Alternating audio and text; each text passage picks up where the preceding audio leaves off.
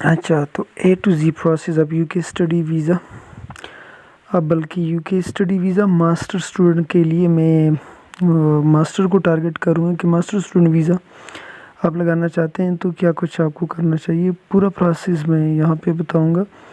तो सबसे पहले जो 1 बाय 1 स्टेप वाइज आप करना चाहोगे तो मैंने 9 स्टेप्स यहाँ पे लिखी है कि 1 बाय 1 आप 9 स्टेप्स में जा सकते हैं पूरे प्रोसेस को करके। तो सबसे पहले आपको डॉक्यूमेंट्स आपके साथ होने चाहिए। तो डॉक्यूमेंट्स में क्या, आपके जितने भी एकेडमिक्स डॉक्यूमेंट्स है, मतलब आपकी डिग्री हो अगर आपने की है, मास्टर के केस की मैं बात कर रहा हूँ तो आपके अपने डिग्रीज़, आपके ट्रांसक्रिप्ट, आपकी डिग्री, आपकी एफएससी की सर्टिफिकेट एंड डीएमसी, आपकी मैट्रिक सर्टिफिकेट एंड डीएमसी, ये आपकी ना डॉक्यूमेंट्स हो गए। इसके अलावा अगर आपने आफ्टर ग्रेजुएशन जो है वो कुछ वक्त के लिए किसी जगह पे आपने काम किया हुआ है तो एक्सपीरियंस लेटर, इसके अलावा आपके इंग्लिश टेस्ट आइल्स या किसी और इंग्लिश टेस्ट के डॉक्यूमेंट, तो ये पूरे आपके हो गए डॉक्यूमेंट्स, मतलब academic documents, English test plus experience letter, ये आपका पूरा हो गया डॉक्यूमेंट। फिर अप्लाई आप करोगे दूसरे, यानी आपके साथ डॉक्यूमेंट्स हैं तो आपने अप्लाई करना चाहिए। तो आप यूके में जितने भी यूनिवर्सिटीज़ है उसको सर्च करके आप उसको शॉर्ट लिस्ट करें, जितने भी आप किस क्राइटेरिया को आप देखते हैं या कितने पॉइंट्स अपने जहन में रखते हुए आप अपनी यूनिवर्सिटी को शॉर्ट लिस्ट करोगे। मिसाल के तौर पे उसकी जो फ़ी है, उसका लोकेशन है, उसकी जो है वो रैंक है यूनिवर्सिटी के, तो इन 3-4 फैक्टर्स को अपने जहन में रखते हुए आप यूनिवर्सिटी को शॉर्टलिस्ट करेंगे और उस यूनिवर्सिटी को आप अप्लाई करेंगे थ्रू कंसल्टेंट या थ्रू बाय सेल्फ, आपकी मर्ज़ी है। तो आपने अप्लाई किया तो आपका कंडीशनल ऑफर लेटर आएगा, बशर्ते ये कि अगर आपने आपके डॉक्यूमेंट्स कोई मिसिंग हो, यानी आपने इंग्लिश टेस्ट उस वक्त तक नहीं दिया हुआ हो या आपके कोई डिग्री वगैरह यूनिवर्सिटी से नहीं आई हुई हो, तो आपने अप्लाई मिसाल के तौर पे किया है तो आपका जो लेटर आएगा उसको कहेंगे कंडीशनल ऑफ़र लेटर। तो अगर आपको कोई डिग्री मिसिंग है या कोई डॉक्यूमेंट मिसिंग है तो वो अनकंडीशनल लेटर में आपको बताया गया होगा कि जी आप अपना ये डॉक्यूमेंट कंप्लीट करें। अगर आपने जो है वो सारे डॉक्यूमेंट्स आपके क्लियर है, आपके इंग्लिश क्लियर नहीं था और आपने उसी वक्त इंग्लिश करके, तो आप वो जब यूनिवर्सिटी को सबमिट करोगे तो दोबारा 1 हफ़्ते के अंदर अंदर आपको दूसरा लेटर आप वो भेजेगा जिसको अनकंडीशनल ऑफ़र लेटर कहेगा। तो जब आपके साथ अनकंडीशनल ऑफ़र लेटर आ गया तब उसके बाद आपने क्या करना है कि स्टेटमेंट और इनिशियल फ़ी डिपॉज़िट करनी है, यानी किसी यूनिवर्सिटी की जितनी भी फ़ीस बनती है वो आपको अनकंडीशनल ऑफ़र लेटर में आपको प्रोवाइड क्या होगा कि आपने अब इतने फ़ी जमा करना है। मिसाल के तौर पर मेरे केस में 5,000 पाउंड थी तो आपने 5,000 पाउंड फ़ीस जो है वो जमा करना है। तो जब वो आप जमा करोगे ना, और स्टेटमेंट भी उसी दिन में अपने अकाउंट में या अपने भाई के या अपने वालिद साहब के अकाउंट में रखोगे, तो जब वो आप अकाउंट में पैसे रखोगे, बैंक स्टेटमेंट जो अमूमन 60+ लेक्स में होते हैं पाकिस्तानी रुपयों में, तो वो आप रखोगे। तो जब स्टेटमेंट के 28 डेज़ हो जाए तो तब हम कह सकते हैं कि आपका स्टेटमेंट जो है वो मैच्योर हो गया। तो जैसे ही आपका स्टेटमेंट मैच्योर हो गए तो आप एक बैंक स्टेटमेंट बैंक से निकालोगे, यूनिवर्सिटी को अपलोड करोगे, यूनिवर्सिटी को सेंड करोगे, तो यूनिवर्सिटी आपका क्या करेगा कि एक इंटरव्यू अरेंज करेगा। ये क्यों? ये इसीलिए कि वो आपको फाइनल जो लास्ट लेटर देगा जिसको हम केस लेटर कहते हैं।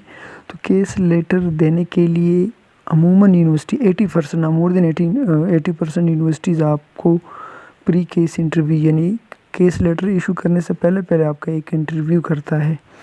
ये इंटरव्यू आपसे क्यों वो यूनिवर्सिटी वाले लेते हैं, इसकी वजह ये होता है कि आजकल एम्बेसी वाले आपसे इंटरव्यू लेता है। तो जब एम्बेसी आपसे इंटरव्यू लेते हैं और एम्बेसी जो है आपसे इंटरव्यू लेने के दौरान आपसे क्वेश्चंस पूछते हैं, आपको चेक करते हैं कि आप किस कैटेगरी के हो या आपको इंग्लिश आती है या आपके इंटेंशंस क्या है, और तब आपको एक्सेप्ट या रिजेक्ट करते हैं। तो क्यों ना यूनिवर्सिटी आपको पहले से चेक कर ले ताकि उनकी जो स्टैंडर्ड है या उनकी जो रेपुटेशन है वो ख़राब ना हो। तो इसी गर्ज़ से यूनिवर्सिटी वाले आपसे एक इंटरव्यू लेते हैं जिसको प्री केस इंटरव्यू कहते हैं, यानी कि केस से पहले आपका एक इंटरव्यू लिया जाते हैं। इसके और भी बहुत सारे नाम हैं, लेकिन अमूमन जिस तरह के यूनिवर्सिटी इंटरव्यू या क्रेडिबिलिटी इंटरव्यू या प्री केस इंटरव्यू, तो वो इंटरव्यू जब आपका हो जाता है वो आपको डेट्स देते हैं कि आपका 15 दिन 20 दिन 5 दिन बाद आपका इंटरव्यू है। आपको ईमेल आ जाता है और उस ईमेल को आप फॉलो करते हुए नोट करते हुए आपकी इंटरव्यू ऑनलाइन हो जाती है। अमूमन रिकॉर्डेड भी होती है। अमूमन मास्टर के लेवल पे रिकॉर्डेड इंटरव्यू नहीं होती, वो फ़ेस टू फेस इंटरव्यू होती है। जब आपकी इंग्लिश अच्छी हो, फ्लुएंसी हो, तो फिर कोई मसला नहीं होता, क्योंकि सारे क्वेश्चंस तो इजी होते हैं। वो क्वेश्चंस तो आपने तैयार किए हुए होते हैं। तो if you are fluent and you can speak English, फिर कोई मसला नहीं है इस इंटरव्यू को पास करने में। उसके बाद 7th पॉइंट में आता है, तो लिहाजा 6 पॉइंट ये हो गया कि जब आपकी प्री केस इंटरव्यू हो गई तो आपका केस लेटर भी आ जाएगा। तो जब आपका केस लेटर आ गया ना, तो आपने मोर देन 80% काम कर लिया, क्योंकि अभी ये केस लेटर आप लेके जो है वो एम्बेसी में केस जमा करोगे, यानी अप्लाई करेंगे एम्बेसी में। तो जब आप एम्बेसी में अप्लाई करते हैं, अपनी वीज़ा फाइलिंग करते हैं, जिसको वीज़ा फाइलिंग कहते हैं 7 नंबर पे, तो आपको चाहिए कि आपकी एम्बेसी फ़ी को आप जमा करें और IHS को भी जमा करें। तो मैंने दूसरे वीडियो में बता भी चुका हूँ कि IHS फ़ी कितना हो सकते हैं, एम्बेसी फ़ी कितने हो सकते हैं, इनिशियल डिपॉजिट और स्टेटमेंट कितने फ़ी वगैरह हो सकते हैं। सो वो आप दूसरी वीडियो में देखोगे।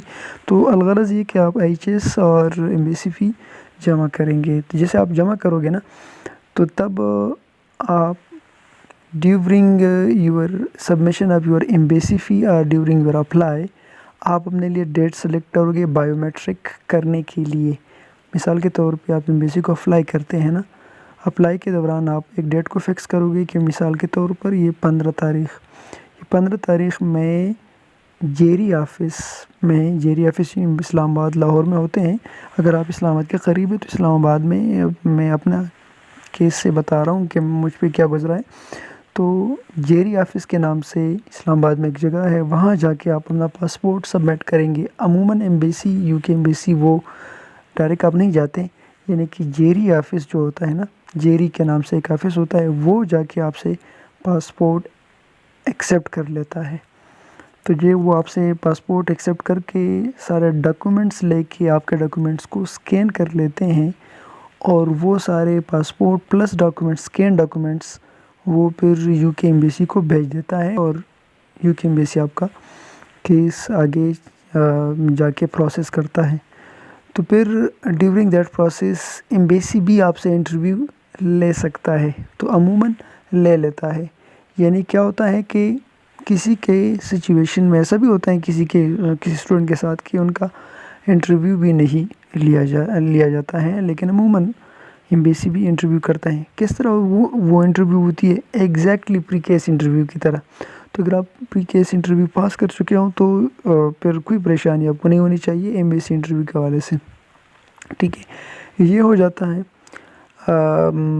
अलबत्ता अगर आपके कोई फेक डॉक्यूमेंट्स है या फेक जो है वो बैंक स्टेटमेंट है, तो फिर मसला हो सकता है, क्योंकि वो आपकी वेरिफिकेशन करते हैं, इंक्वायरी करते हैं, तो फिर आप स्टक हो सकते हैं। ये डिपेंड्स ऑन यू। इसके अलावा आपको एक ईमेल आता है लास्ट में कि जी आप अपना पासपोर्ट वसूल करो, पासपोर्ट कलेक्शन के हवाले से। तो या एक्सेप्टेंस होती है या खुदा न खास्ता रिजेक्शन हो सकते हैं, तो फिर आपको वो पासपोर्ट रिटर्न करते हैं। तो अगर आप एक्सेप्टेंस हो गई है और आपका वीज़ा लगा हुआ है, तो आप अपना पासपोर्ट जेरी ऑफ़िस से वसूल करते हैं और अपने टिकट का इंतज़ाम करते हैं, अपने सारे और लगेजेस का इंतज़ाम करके आप फिर फ्लाई करते हैं। तो थैंक यू फॉर